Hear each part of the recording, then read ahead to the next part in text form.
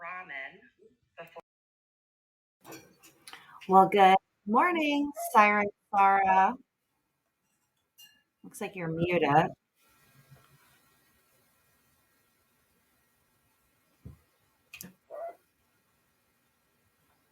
No. I mean, you're not wrong about this. There you go. I unmuted you. Yeah, Can you hear me it's, okay? pretty gross. So, Oh, all right, I'm we just have gonna Siren post LC popping in. one more time You guys could just let me know if you can hear me okay. That would be awesome. so that I can It looks let like everybody on the Sirens I'm Soapbox speaking, but Facebook page know that we're going live. I hear you That's twice. cool. I mean, technically we already are live, but yeah, I mean, yeah, technically. you guys So are we not should going to probably believe what I just schedule did. a post to just go live when we go live. Are you playing last week? That's an excellent No. idea. Can you not hear me? I hear you, and I hear last week. Oh, that was Siren Sarah. I just muted her, and now we can't hear it any longer.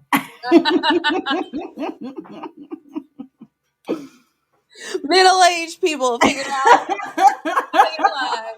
That's what we're renaming this. I mean, we have to at this point. That's hilarious, Elsie. Oh my god. So I didn't have my headphones turned on. I was like, oh no, not again. Oh no. But it's just because I forgot to hit the power button. It's all right. I wonder if Siren Sarah can be unmuted now without oh, that was a lot of feedback. All right, so we're just gonna leave her on mute for a minute. We'll let her and Bill figure that piece out. Yeah. And Elsie. Oh, I think Sarah's back. Yay! Yay! Wait. Do you guys have two devices in the room? I just had to leave. So now we're not together. Oh. You separated us. Could you just be on one device? Well, that might have been easier, but I'm not sure. That helps our numbers. Yeah, that's true. Well, I know. This is why I wasn't sure what would be better, to be one of our hundreds of people calling in or to be a co-host. Well, I appreciate you guys hopping on with me. Yeah. We're here. Bill's here even if he's very quiet. Well, I appreciate that also. Well, for everyone else who's listening, not live because we can see that you're not listening live, but if you're listening later, thanks for joining us for our weekly positivity pop-up. Trixie wants to say hi as well. My name is Mur. I'm the siren with the red tail. I'm Siren LC. I got an aqua tail. Like I actually. And I'm Siren Sarah, and I have a peach tail, and I'm glad that you told us that was Trixie because I wasn't sure what that was. Yeah, I'm not recording in the pod closet today. The pod closet has me feeling a little overwhelmed. I need to do some troubleshooting. I need to have Mark over here as moral support. So it's just kind of sitting in the background doing nothing at this time. So we'll figure that out. That's all right. So last week, it seems like we also figured out the live stream, and that was number 6. And this is what LC found out about the number 6. It is the embodiment of the heart. It represents unconditional love and the ability to support, nurture, and heal. It is a powerful force of compassion and empathy, and its warm light is a beacon of hope. Its role is to use its heart and soul to be a service to others. And I'm so glad that we have Siren Sarah on because number 6 is also her favorite number and Enneagram and her birthday. And that description completely describes Sarah as well. There you go. Perfect. That's pretty awesome. Yeah. Yeah. Cool. Even though when I listened to it, I wasn't super impressed, but whatever. When just now or when you first heard it? No, last week when I finally listened to the episode after it aired, I wasn't impressed with the sound quality, but I'm going to be positive it's going to be better this week. I feel like it's already better this week. It's gotta be. So, how was your week, girls? Go ahead, Sarah. Nope, you first. I had a pretty good week. I finished a couple big jobs that we had for the drone company, so I'm really excited about that. And I got some good art stuff going. I just finished painting a birdhouse for an auction for a Montessori school, and Nice. it looks like a told. Wow, I can talk. It's a mushroom. Oh, I It's love a couple toads mushrooms. underneath. So Very cool. I love that. Maybe if you're selling prints of it, I might buy a print from you. I don't know how to do that on a birdhouse. Oh, it's an actual birdhouse. Yeah. Wow. Do you have pictures of it? Yeah, I can send it to the group later. Yeah, I want to see that. Sarah, how was your week? Well, it was kind of low key. Obviously, the most exciting part was recording with you guys on Monday. And then last night was fun. We basically did 2 events all at once. We had signed up to go to a school event and then got invited to the FC Cincinnati soccer game, first game of the season last night. Nice. So we elected to go to the FC Cincinnati game, but we were still online bidding for the auction, the live auction for stuff. And I got really excited about bidding on things close to the end of the bidding, and apparently other people weren't paying attention. So we won a lot of stuff. Cool. Yeah, we won a lot of stuff, and the FC Cincinnati won their first season game, so it was very exciting. And now we have a lot of day trips and coupons for places to go that we have to use up in the next year. Well, that's exciting. I remember you went to a Women Helping Women event one year and you won a cruise on a What? boat. It was like, I don't know, it was an Ohio River cruise. Oh, It wasn't like a tropical cruise. Do you remember this, Sarah? I remember going to the event. I didn't remember winning anything, and I sure as heck didn't end up using it, whatever it was, probably. Oh no. Dang. Well, that's what I Yeah. have a tendency to do. I put that away, and I think, oh, cool, I've got that to use and that to use, and then I don't go back and look at it. So Bill's better at keeping those in a place where we remember to use them. Yeah, I'm ashamed to admit that one of my friends won a dive trip last year on a Blackbeard cruise and she gave it to me and I did not use it. 'Cause I didn't want to go by myself. Oh my god, you should have told me. I would have paid to go. Mark would have too. I should have just done it. Ugh. I know, loser. How was your week? Oh, it was great. I got to play euchre last night with some friends, and that was also a fundraiser for my friend's son's baseball team. They're going to Cooperstown. Where was it? She lives in, I have no idea. What was the event for? It was to raise money for her kids' baseball team. They're going to Cooperstown. Okay. So it's like a big deal, I guess, for little league baseball teams. And I mean, these kids, they play competitively. It's like I don't know anything about it, but they travel around and play and they have to try out to be on the team. And, it's kind of a big deal. So this trip that they take, all the teams get to hang out at this. They like get to stay in a dorm for a week and they get to play a bunch of baseball and they get to train with some people that are important. So it was for a good cause, but mostly we were just having fun. So that's awesome. And I downloaded Be Real this week and I love that stupid app. I just want everyone to know. And I highly encourage you to download Be Real and be my friend. Probably Merhaj on there. I have that as a list of options for episodes. I know, I remember. And I think you're my friend on there, but you don't ever post. So I have to get on there. We did a euchre tournament last night too, but it was for Love Our Land, which is a local ecology group here in Loveland. and we were out in the first round. How did you guys do?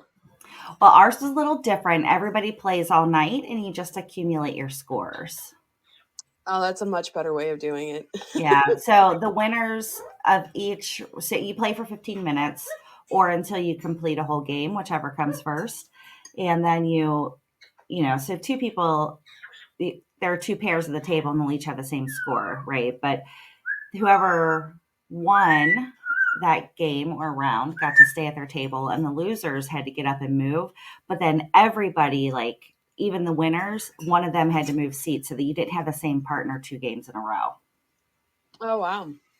Yeah. So it was fun. And some woman, she's the mother of one of the baseball team kids' parents. So she was older. She was like 70-ish. She kicked everyone's butt, man. She had like 63 points or something at the end of the night. Nobody even came close to beating her. Dang. Yep. So it was a lot of fun. All right, well, let's get started, shall we? I have 5 articles to share with you today. Cool. I got some trivia too. Oh, sweet. All right, I have some tissues in case you make me cry with your good news stories. well, this one might. I don't know. This one's kind of fun. So this is an article that I found on Fox 19. That's our local Fox station, and this is about a woman named Mary Muniz. Oh, Trixie. God. She has been attending the Mardi Gras parade in New Orleans for a long time. And she had another reason to attend the parade this year, though. Her 80-year-old daughter was in the parade with the coronavirus. So 80-year-old daughter, 103-year-old mom hanging out the Mardi Gras parade. She's there so often that people made T-shirts with some of her favorite quotes, and they are, number 1, don't put that on facelift. This one, come see me, I'm running out of time. Oh, I know. Stop. We all are, though, aren't we? yeah. And finally, I love you with all my heart and a piece of my liver. Yeah. So I think I'm going to start saying that. That's hilarious. Piece of my liver. All right. Next, we have a story that comes to us from Australia. This was in The Guardian. The headline reads, conservation efforts celebrated as 26 Australian species no longer need threatened listing. So how cool is that? Very That's cool. awesome.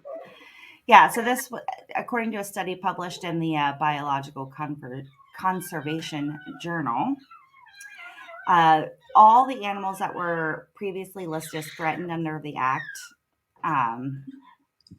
sorry, I didn't make notes of this very good. Okay, so of all of the animals they looked at, 14 of them came off the list. So there were mammals. Oh, no, I'm sorry. It was way more than 14. 14 mammal, 8 bird, 2 frog, 1 reptile, and 1 fish species. They had sufficiently improved to no longer meet listing criteria. That's awesome. Yeah. Did you So say there- amphibians?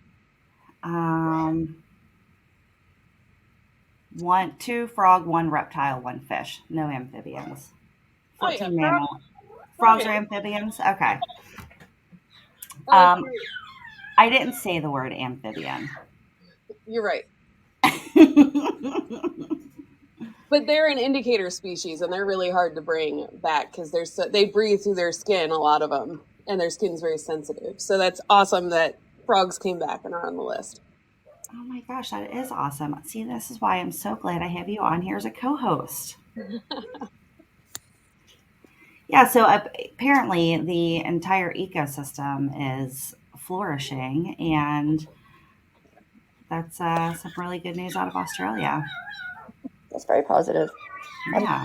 I would have to add that I wasn't terribly sad that there were no spiders on that now healthy list. Have you seen the size of Australian spiders? I've heard. I have not seen with my own eyes, unfortunately. They're like the size of dinner plates, like big dinner plates. Not I'm on a diet dinner plates, real dinner plates. Did they say how many animals on that list from Australia want to kill people? Because everything in Australia does. No, that was not part of the study, or at least not part of the study that they released to us. Well, Trixie's Oh, happy about it. Trixie is so happy about it. All right. My next story. This is really cool. This is a story from PC Gamer, and the headline reads, oh, Trixie. That's not what the headline reads. The headline reads, "This implant lets those with severe paralysis send texts and use the internet with just their minds." So obviously, this isn't a new idea. I mean, I don't know if that's obvious or not, but the idea of controlling a computer with just a thought has been around forever. It started in the early 70s. But this particular device is called the Synchron switch, and it's inserted through blood vessels, so it makes it less invasive than previous iterations of this similar type of thing. And it makes its way through the blood vessels to a vein next to your brain's motor cortex. And then the stent, they said, is outfitted with tiny sensors to collect, quote, raw brain data, which connect to an antenna that's implanted under the skin of the chest. That's terrifying. I know. Is there an unsend button? I know. I was just thinking, you have to be really careful with what you were thinking about. Yeah. Someone would walk in the room and all of a sudden it would pop up, "I really hate that sweater." And that's being mild. I mean, I'm not saying all the things that could go through your mind. Goodness gracious. Right? That's positively terrifying.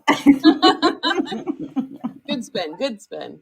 I mean, that's really cool how far technology's come, but at the same time, would you girls do that?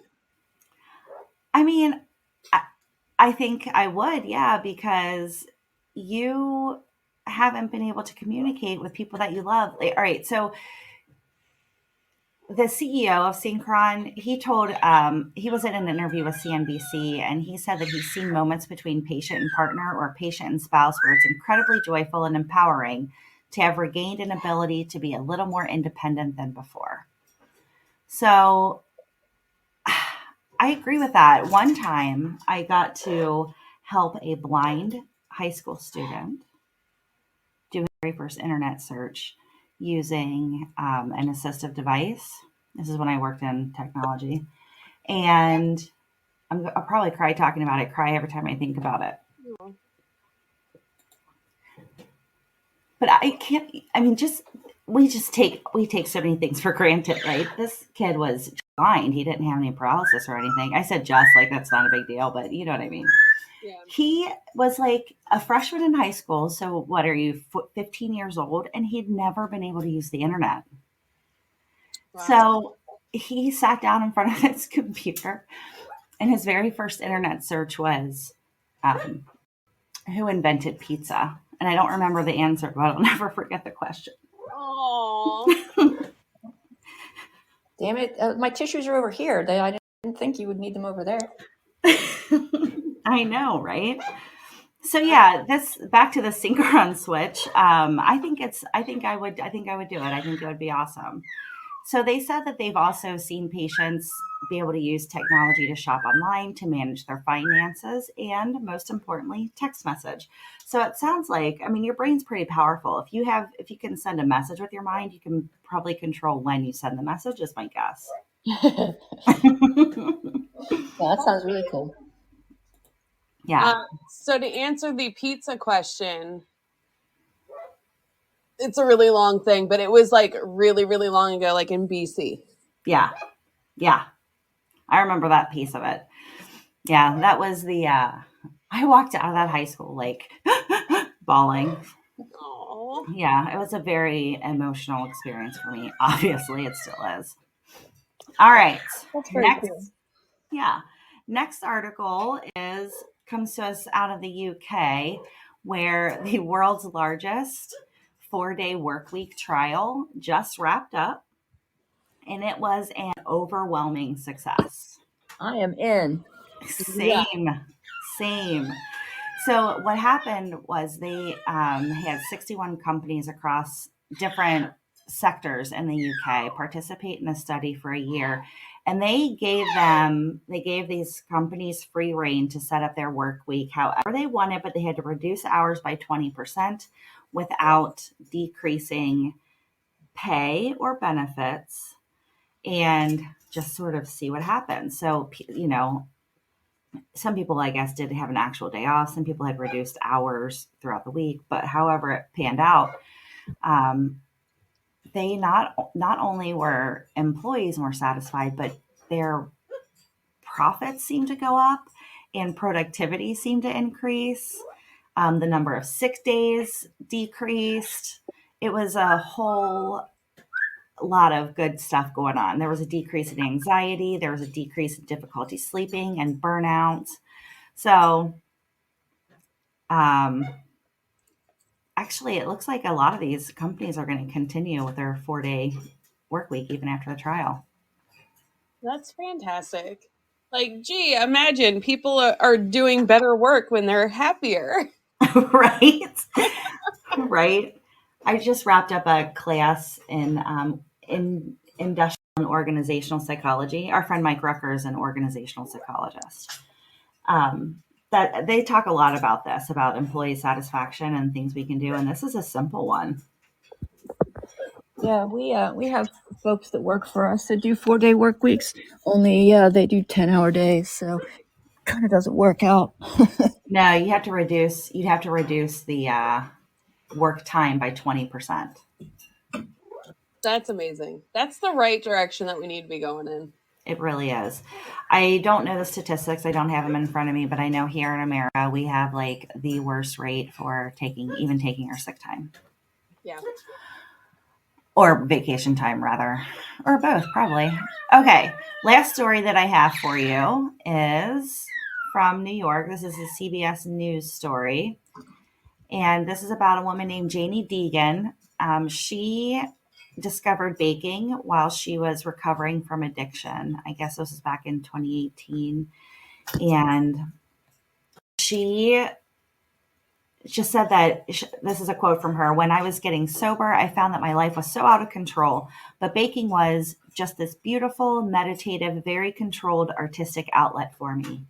So she was 25. She didn't know what to do. She was recovering from a drug addiction, and she just started baking. She made a cake for a friend, and the friend ended up paying her for the cake, and Jeannie was like, "I think I can do this over and over again." So she did. Actually, this was back in 2015. And she opened her bakery despite she said that she looked up the word entrepreneur and she was like, "I have really no idea what this is." But she had gaps in her resume. She just didn't know where to start. She didn't have any money, but she figured it out. And now, so she bakes these pie crust cookies. Oh my God, they look so good. And that sounds amazing. But she has an open door hiring policy where she will hire just about anybody who's ready to come to work. It doesn't matter if they've been to prison, if they're homeless, if they have gaps in their resume. She wants to be an inclusive place for people to get back in the workforce. That's awesome. Yeah. Do you guys have any go-to things that you do when you're feeling low? Take a nap. Well, you can't open a store. Well, maybe you could open a napping store. Oh Right? my gosh, we all heard it here. You could sell cuddles. I bet LC would sign up for that job. Hell no. I mean, even for the right price. I'm not a cuddle whore, Sarah. Well, I know, but so I'm thinking they have the hydration. There are all these IV hydration centers are opening up, and we could just dovetail that with a nice little hugging center or a napping center. I like that. Yeah, we could have weighted blankets. Yes. Oh my God. I'm going to hate myself for saying this, but have you guys seen the people that stand outside in public with a sign that says like free hug or something? I have seen them, but mostly at the Pride Parade. Okay. I was going to say that could be a challenge we do at some point. I think it should be a challenge we do, along with our, not at the same time, but we have to plant a plant in a random place. I keep thinking about this. And we have to have a karaoke pop up, and those can be some stretch goals. But we have a pre dive on Monday, right? So we get to talk about all this stuff. Yeah. Wait, so plant the plant because right now is the time to do that. I know. That's why I was thinking about it. Did you say plant a plant? Yeah, that was a bill challenge. Do you not recall all of those trees I killed? Yeah, but this is 41, different. This is 42. different because you'll plant it in the landscaping at the hospital where you work and then see what happens. Or just get seeds and kind of dump them somewhere. Oh, yeah, girl. I like that. There's somebody on TikTok that has like one of those Parmesan shakers and it's full of seeds, and he goes around and he'll be on a skateboard and any bare piece of mulch or whatever, he'll sprinkle that. Huh. And oh yeah, free hugs. I'm gonna hate myself for that. Free hugs. All right. I have it written down. All right, those are all the articles I have for you. Elsie, do you have some trivia for us? I do. Today is National Pistachio Day, so I was gonna do trivia on that, but no offense, pistachios, there's not a whole lot about you. But today is also National Tell a Fairy Tale Day. That's fun. So we just did fairy tales at the beginning of February. That came out on February 10th. So Goldilocks ate up the mother bear's porridge. True or false? False. Yeah, false. Yep, that is false. It was the baby's porridge because it was just right. So I feel like we just need to, disclose that these are the nice fairy tales, not the ones where she probably got eaten by the bear in the end or something. Yeah, maybe. We'll find out. We don't know, Sarah. We've never seen this trivia. Well, about all the trivia. Or all the trivia. Drink more coffee, girl. All the fairy tales. Like, what did Hansel and Gretel leave as a trail in order to find their way home the second time? The second time? Yep. Oh, that's tricky. Yeah. Because I was going to say breadcrumbs, but I feel like that was maybe the first time. Yeah, maybe didn't the breadcrumbs get eaten up or something? Something happened to their first. I don't know. Acorns. It is, in fact, breadcrumbs, it says. Oh. This tale is German in origin, and it's about two children who are taken to the wilderness by their father and left to die. Ooh, that's so bad. They discover the witch's cottage, and the witch takes them with the intent of eating them. They defeat the witch by burning her home. Gruesome stuff, yet people know all about Hansel and Gretel. In fact, it was a clue Will Smith used in solving his case in I, Robot. I did not know that. Okay. I just want to talk for a minute about these kids who were abandoned by their father in the woods, left to die, and then they were found by a witch who was going to cook them and eat them. Could these kids have a worse summer? Well, I mean, they survived. I guess that's the moral of the story. Don't give up, kids, no matter who wants to murder you.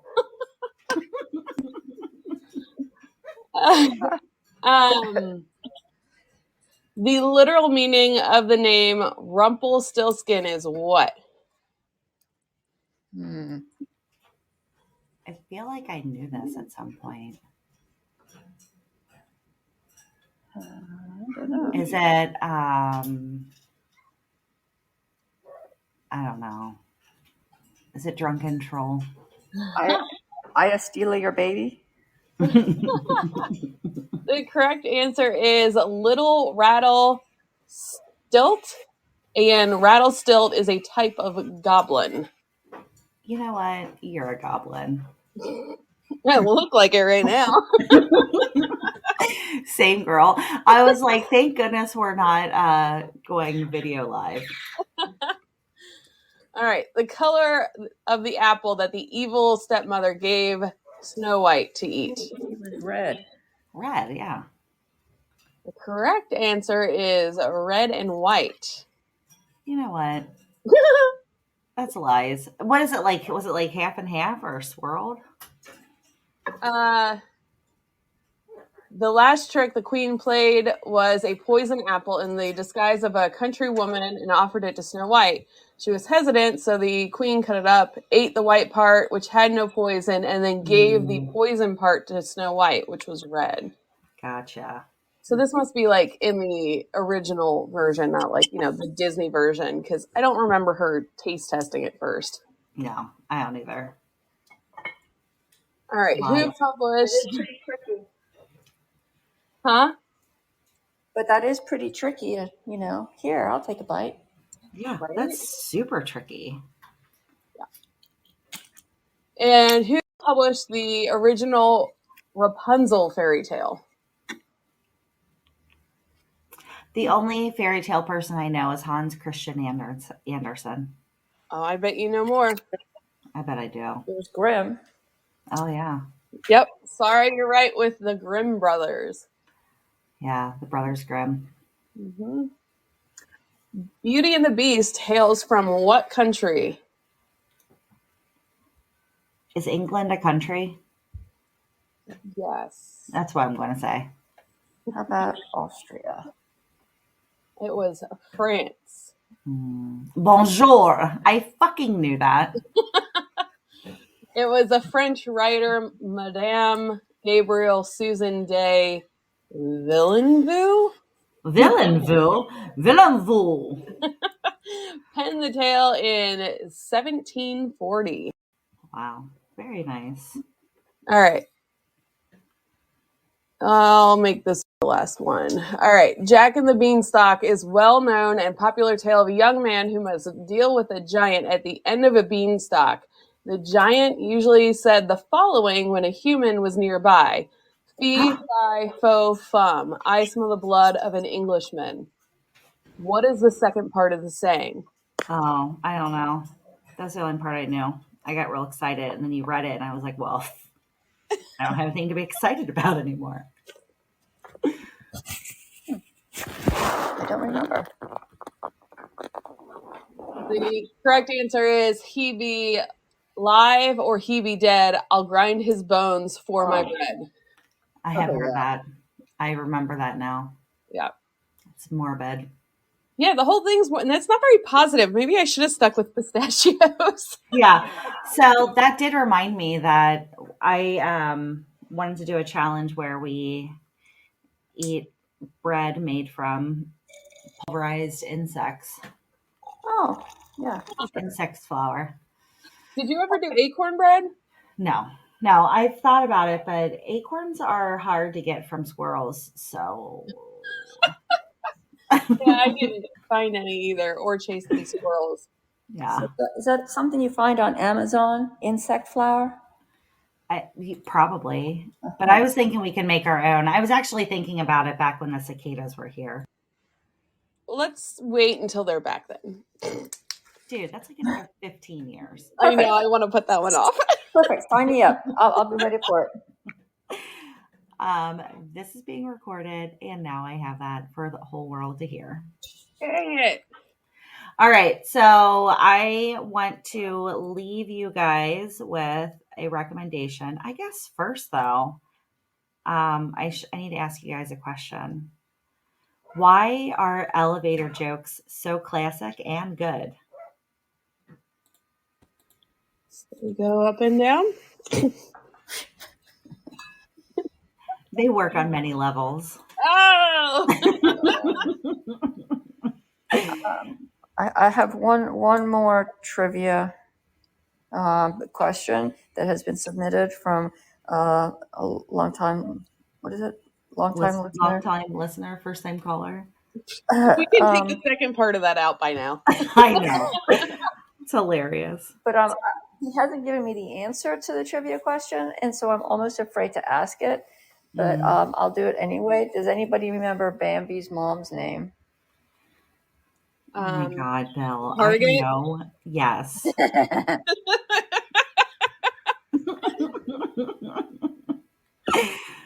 I feel like Bill Exactly. told us that before. Yeah, he has, I think. Get a new joke, Bill. I'm just kidding.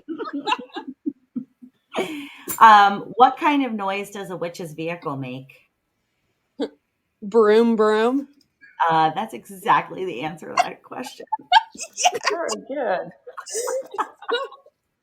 That's amazing. Oh, that's my new favorite joke. Thanks, Mur.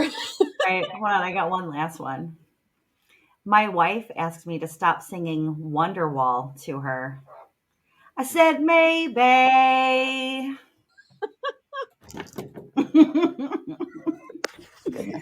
All right. So that's only good if you were a 90s kid. So I want to leave a recommendation because it's still Black History Month. I don't know anything about this movie, but I have to watch it for Movie Club, which is tomorrow. It's the film called 42. It's a Jackie Robinson story. So I do know that. Like I know what it's about. And Jackie Robinson, of course, was the first Black athlete to play for Major League Baseball. Huh. Yeah, so it's his story. I imagine it's not all like rainbows and unicorns I don't know. because, yeah, I'm sure there's, obviously there were some things that he had to overcome and some assholes he had to deal with, I'm sure. But that's a movie I just wanted to put it out there since I'm watching it with my movie club. I thought you guys might enjoy watching it too. Well, that's pretty cool. But wasn't that his number 42? Yep. And it was retired officially by Major League Baseball in 1997. Nice. Yeah. It's Well, 42. And also Chadwick Boseman he plays Jackie Robinson. Oh, no way. Yeah. I love him. Same. All right. Well, thank you, girls, for hanging out with me today. And thank you, fellow explorers, for listening along. We have a special episode this week, a pre-dive coming out. And we just released Sirens mystery episode, which I listened to again. Oh my God, it is so much fun. That was such a fun episode. We have to do more games on our Siren soapboxes. Yes. We should have a bunch of those in our back pocket to throw out there. Yeah, for sure. For sure. All right. Until next time, dive in, stay curious, and be happy. See ya. See ya. Bye.